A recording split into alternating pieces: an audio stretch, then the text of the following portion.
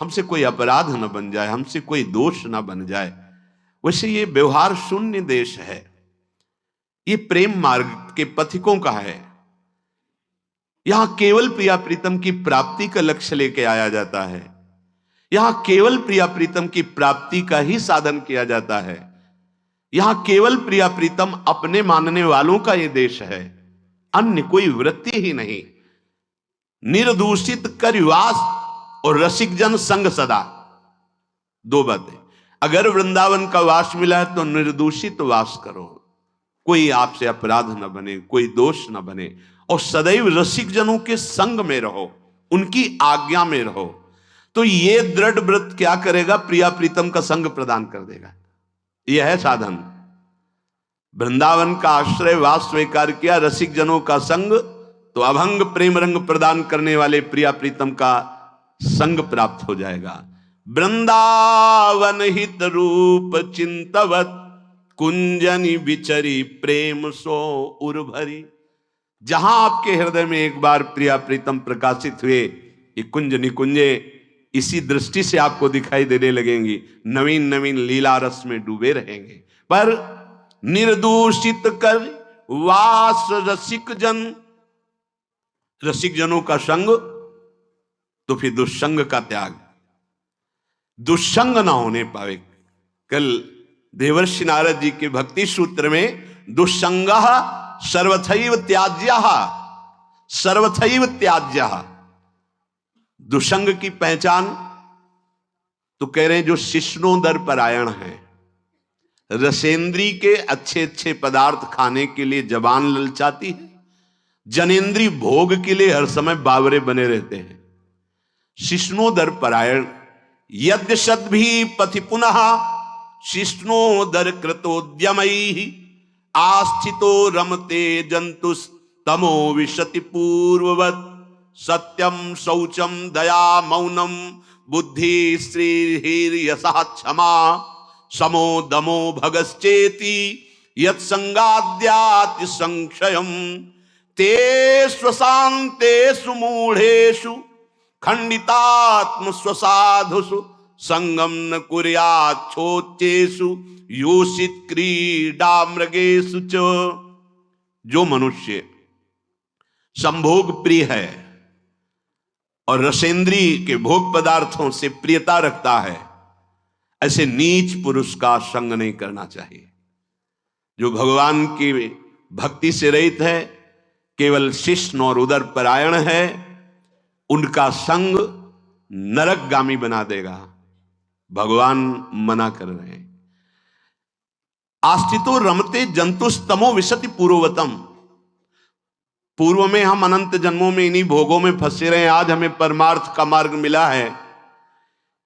यदि हमने कहीं ऐसे पुरुषों का संग कर लिया तो हमारा परमार्थ बिगड़ जाएगा।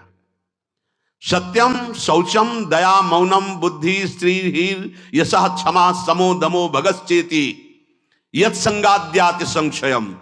ऐसे दुष्ट संग से हमारे जीवन में सत्य का अभाव हो जाएगा। सत्य बोलना, सत्य मार्ग में चलना, सत्य चिंतन करना छूट जाएगा। पवित्रता नष्ट हो जाएगी, दया की जगह क्रूरता आ जाएगी, मननशीलता जो भगवत चरणारविंद की होनी चाहिए वो विषयों की होने लगेगी। हमारी बुद्धि, लज्जा, स्त्री, ईश्वर, ये सब भागवतिक सद्गुण नष्ट हो जाते हैं। अतएव दुष्ट संग न करे। ये जो अशांत चित्त है, मूर्ख है, भगवत विमुख है, नष्ट बुद्धि है, ये जो भोगों के खिलौने बने हुए हैं, ऐसे असाधु पुरुषों का कभी भी साधक संग न करे, नहीं तो नष्ट हो जाएगा। दुष्संग का त्याग प्रत्येक साधक को बड़ी सावधानी पूर्वक करना चाहिए। भगवत प्रेम या मोक्ष पदवी जो भी चाहिए वो तभी मिलेगा जब कुसंग का त्याग हो जाए।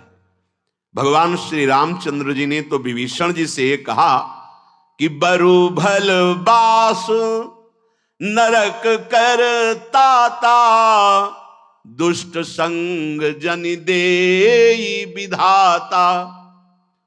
भगवान चाहे तो नरक का बास दे दे, अच्छा है, पर दुष्ट का संग ना मिले। नरक का बास क्यों अच्छा है? क्योंकि नरक भोगने से पाप नष्ट हो जाएंगे, हृदय पवित्र होगा, पर दुष्ट संग से हृदय में पाप बढ़ जाएंगे और अपवित्रता बढ़ जाएगी। दुष्ट संग बड़ा दुर्भाग्य उदय होता है तब मिलता है, जैसे बड़ा सौभाग्य उदय होता है, भगवत कृपा होती तब साधु संग मिलता है, ऐसे बड़ा दुर्भाग्य उदय होता है तब दुष्ट संग मिलता है। इंद्रियों का कोई भी विषय, अभी तक तो बाहरी दुष्संग की बात, अब कह रहे हैं अंदर दुष्संग की बात। व्यक्ति जनित दुष्संग और वृत्ति जनित दुष्संग, अब अंदर की बात।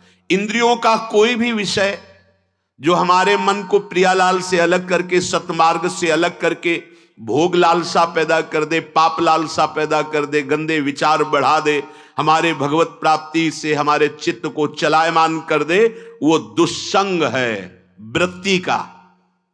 बड़ा सावधानी की जरूरत है। ये भगवत प्राप्ति का मार्ग चलना थोड़ा कठिन है, भगवत प्राप्ति नहीं कठिन है, क्योंकि हमारी वृत्तियां उसी में फंसी रही है। तो ऐसे सत्संग 10 वर्ष सुनो, और हमें लगता है कि अगर सही दुस्संग हो जाए तो 10 दिन में पूरा 10 वर्ष का चैप्टर बदल देगा।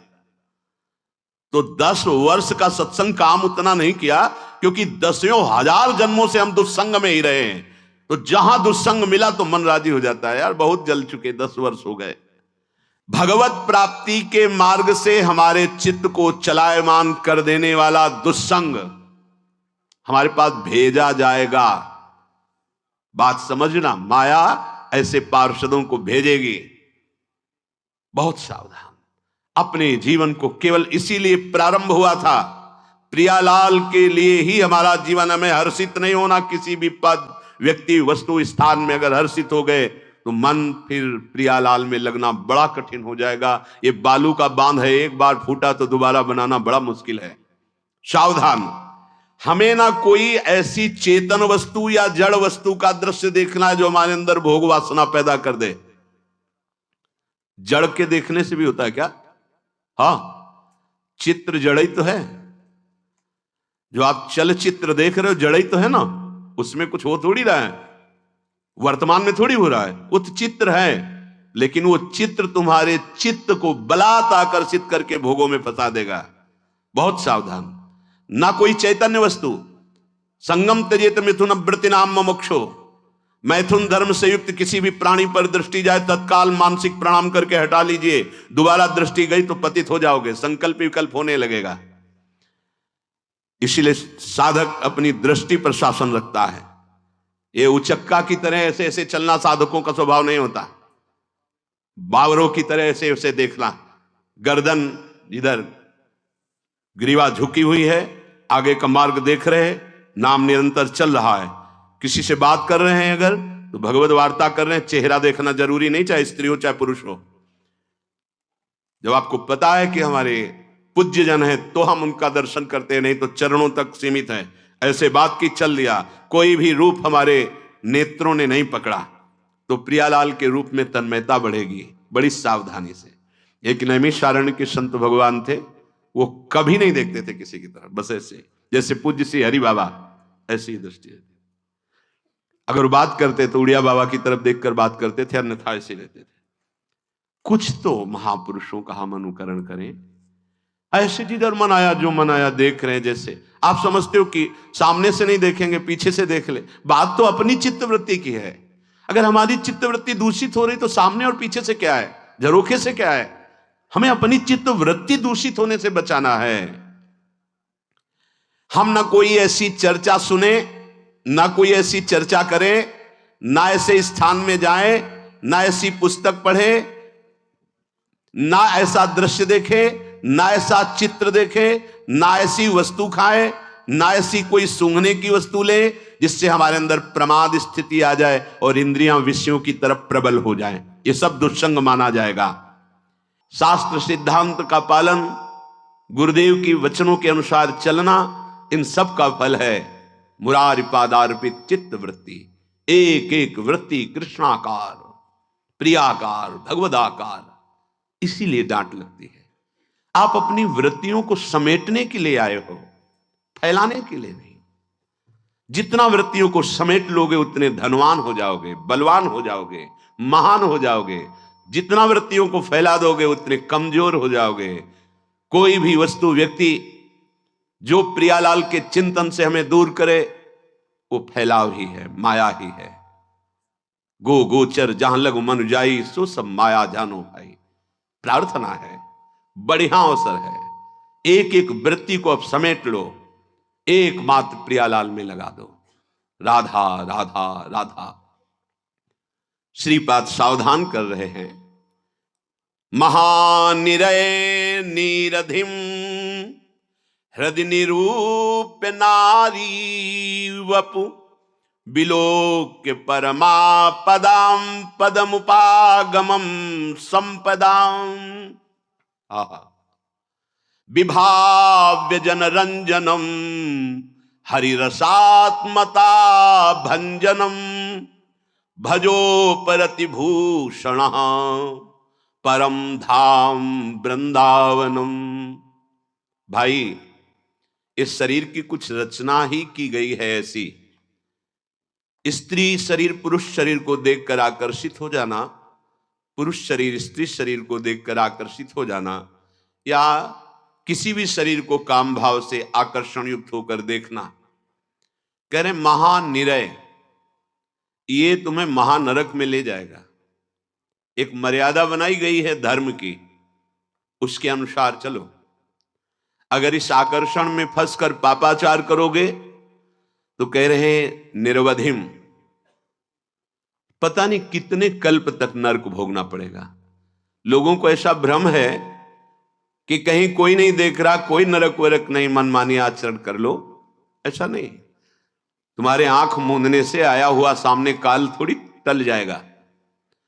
जिस समय जो हम कर्म करते हैं उसी समय वो बलवान कर्म हमारे सिर के ऊपर बैठ जाता है और समय आने पर विध्वंस कर देता है।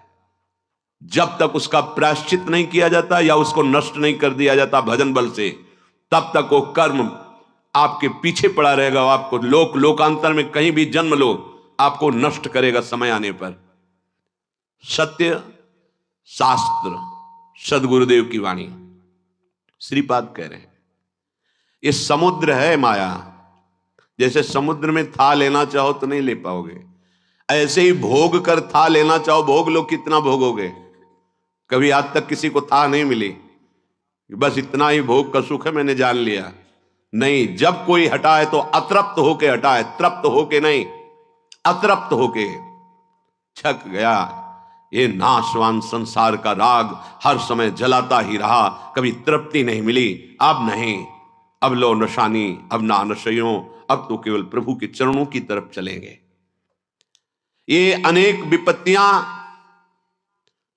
तुम्हें लगती हैं संपत्ति के रूप में, बड़े गूढ़ वचन है। यहां की जितनी भी संपत्ति है दुखालय से प्राप्त की गई है, तो सुख कैसे दे सकती है। जिनको यह भ्रम है कि हम अमुक पद ले लेंगे या अमुक वस्तु व्यक्ति स्थान के स्वामी बन जाएंगे तो हम सुखी हो जाएंगे, इसका नाम दुखालय है। आप कितने धनी हैं आप देख लीजिए, पर इतिहास साक्षी है।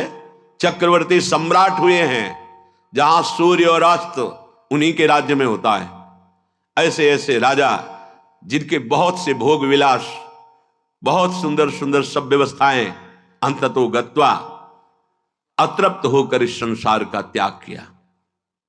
बरबस राज सुतहि नृपदीन्हा, हरिहित आप गवन बन कीन्हा। विचार किया कि धिक्कार है, पूरा जीवन असत भोगों में चला गया, अब तो भगवान के लिए हम वनवास करेंगे, उनका निरंतर भजन करेंगे। आप अभी भोगों में सुख खोज रहे हैं तो एक सीमा रख लीजिए धर्म की। अगर धर्म के अंतर्गत भोगों को स्वीकार करेंगे तो भोगों से राग रहित हो जाएंगे और प्रभु से अनुराग करने के मार्ग मिलने की गुंजाइश रहेगी। अगर धर्म विरुद्ध आचरण करेंगे तो सवाल ही नहीं उठता कि आपके हृदय में सत्य विचार भी उदय हो जाए। सत्य मार्ग में चलना तो बहुत कठिन बात। जो पे दुष्ट हृदय सोई हुई, मोरे सन्मुख आव की सोई। अगर दुष्टता बनी रहे तो भगवान की सन्मुखता नहीं हो सकती।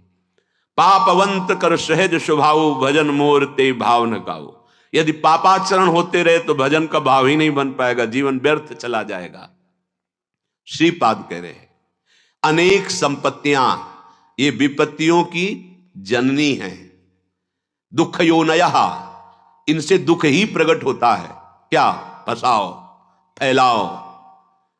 परम संपत्ति परम धन राधा नाम आधार, सामने राधा नाम लिखा हुआ है या राधा रूप प्रकाशित है, जिह्वा से नाम चल रहा है, हृदय आनंद की उफान में है, वो उफान आंखों से दिखाई दे रहा है, इन नशे में आंखें घूम रही, प्रेम नशा छाया है, घूर्णित नेत्रम और अश्रु प्रवाह हो रहा है। धन्य हो गया जीवन, धन्य हो गया वृंदावन वास, वृंदावन आना धन्य हो गया। गदगद सुर नैना सजल दंपति रस रहे भेन, यही गति वृंदा विपिन में फिरे प्रेम तल्लीन। कहां हो भाई? वृंदावन में। क्या कर रहे हो? रो रहे हैं। किसके लिए? प्रियालाल के लिए। अब जीवन सही चल रहा है। अरे कभी तो एकांत में बैठकर सोचो, तुम्हारे अब जीवन का लक्ष्य श्री जी ने क्या दिया है? क्या दिया है? क्या धन के द्वारा प्राप्त भोग विलासिता को अभी भोग नहीं चुके और फैलाव करके भोग विलासिता और भोगना चाहते हो? नहीं, ये मन कभी कभी धर्म की आड़ में हमको प्रियालाल से विमुख कर देता है।